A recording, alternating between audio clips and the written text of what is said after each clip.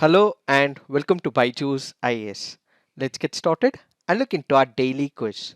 Let's look into the first question. Consider the following statement. E.V. Ramaswamy was never part of Indian National Congress as he felt it served the interest of a few elite sections of society. E.V. Ramaswamy came from Tamil Nadu to support the Vaikam Satyagraha. Which of the above statements is or correct? The answer to this is 2 only. Why have we taken this practice question? Because this article here makes a mention of Periyar E.V. Ramaswamy. Let us try and understand what are these options. When we look into the first option, it says E.V. Ramaswamy was never part of the Indian National Congress.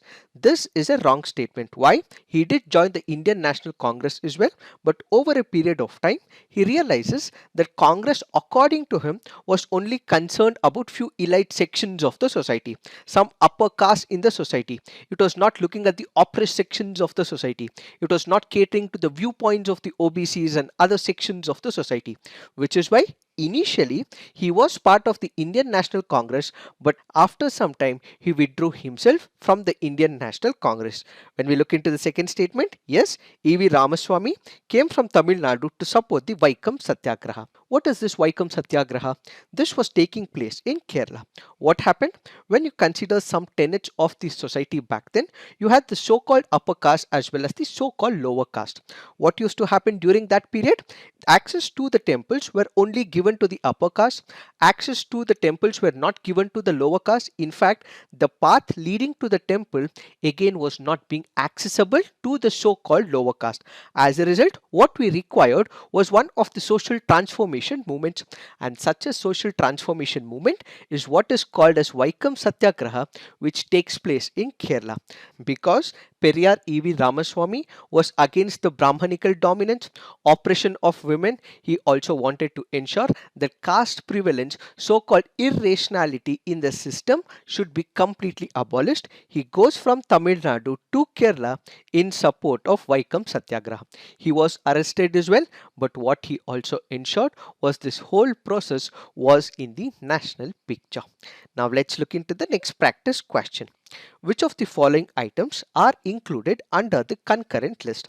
Public health and sanitation, marriage and divorce, criminal procedure, charities and charitable institutions. The answer to this is 2, 3 and 4 only. Why have we taken this practice question? Because of the reference in this article.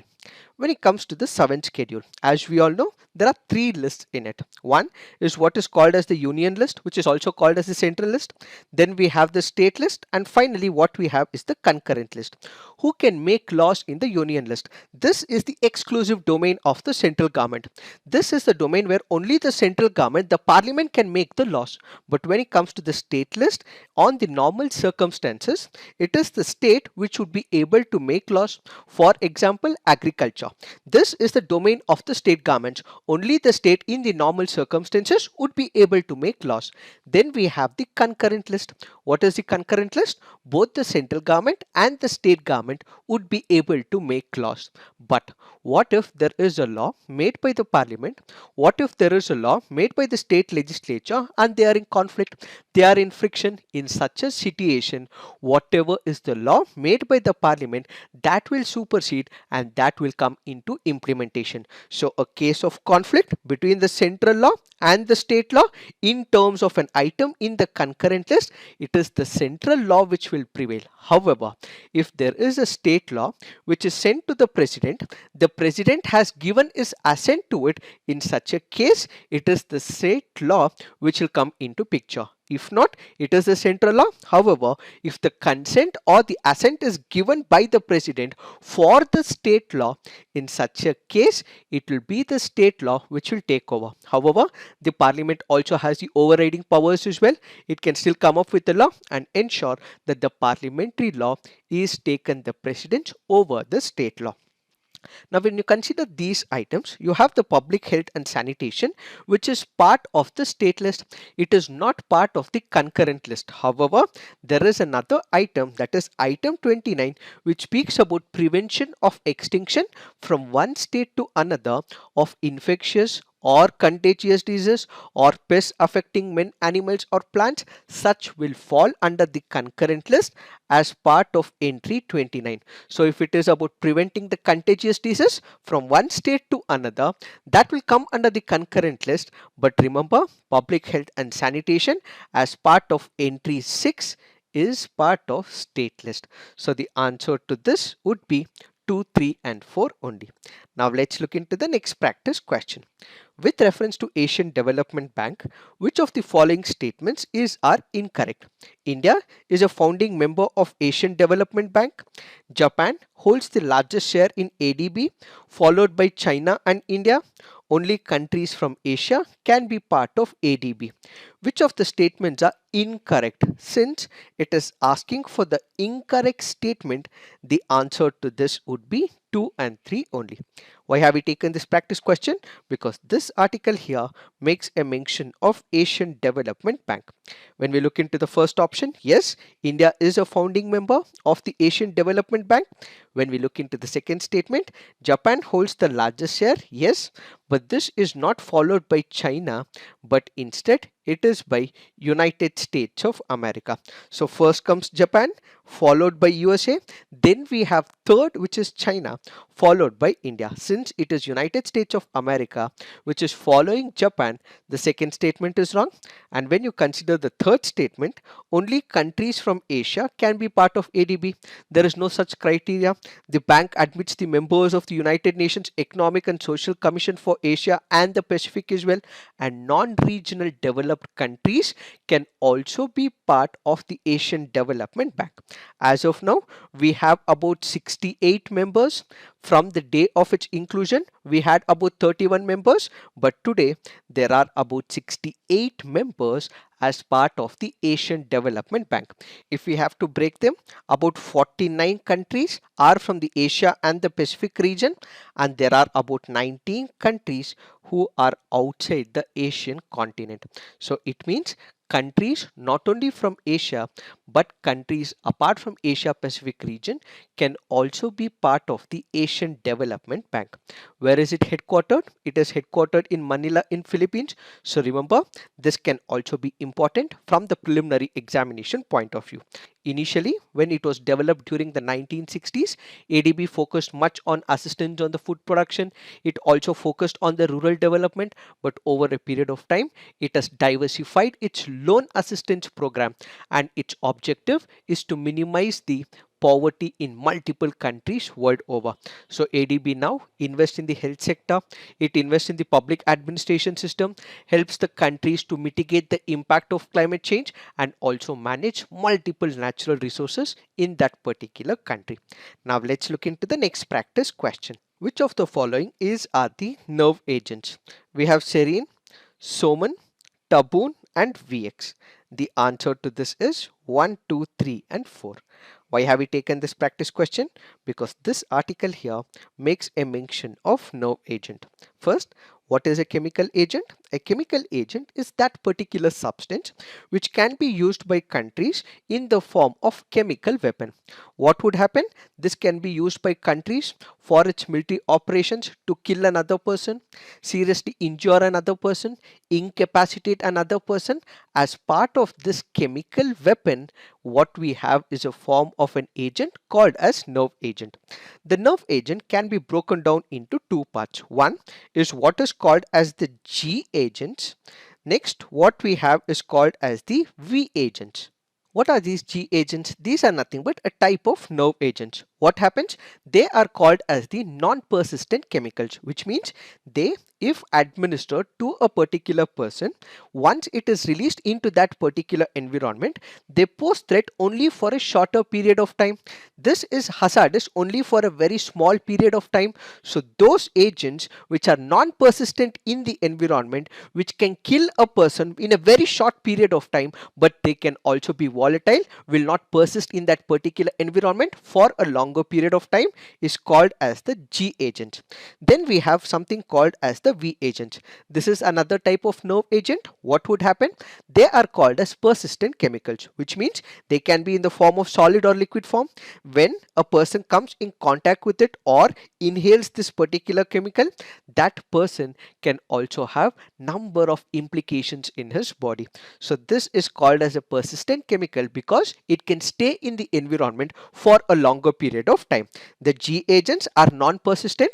It will be present only for a shorter period of time in the environment. But when it comes to the persistent agents, that is the V agents, they can also stay in that environment for a longer period of time. So these nerve agents are given by a particular country, and when it is administered to a person, his nervous system will stop sending signals to the muscles. What we have is the nerves. These nerves send the signals from the brain to all the muscles in our body. But what would happen? The minute the nerve agent is administered to a particular person, these signals are not sent from the nerves, that is from the brain, to the muscles. So he'll start sweating profusely. He will also be filled with mucus as well. His vision will start dimming over a period of time, and he may also see vomiting and defecation, convulsions, in fact leading to final paralysis and respiratory failure as well. That is why nerve agents are used by countries in order to kill few people from some other country. Now if you look into the option, yes, serine, soman and tabun are the nerve agents which belong to the G agents, and then we have Vx which belongs to the V agents. So all the four are the nerve agents, and that is why the answer to this would be 1, 2, 3 and 4. Now let's look into the next practice question. In the context of modern scientific research, consider the following statements about Ice Cube, a particular detector located at South Pole which was recently in news. It is the world's largest neutrino detector encompassing a cubic kilometer of ice. It is a powerful telescope to search for dark matter. It is buried deep in the ice. Which of the statements given above is or correct?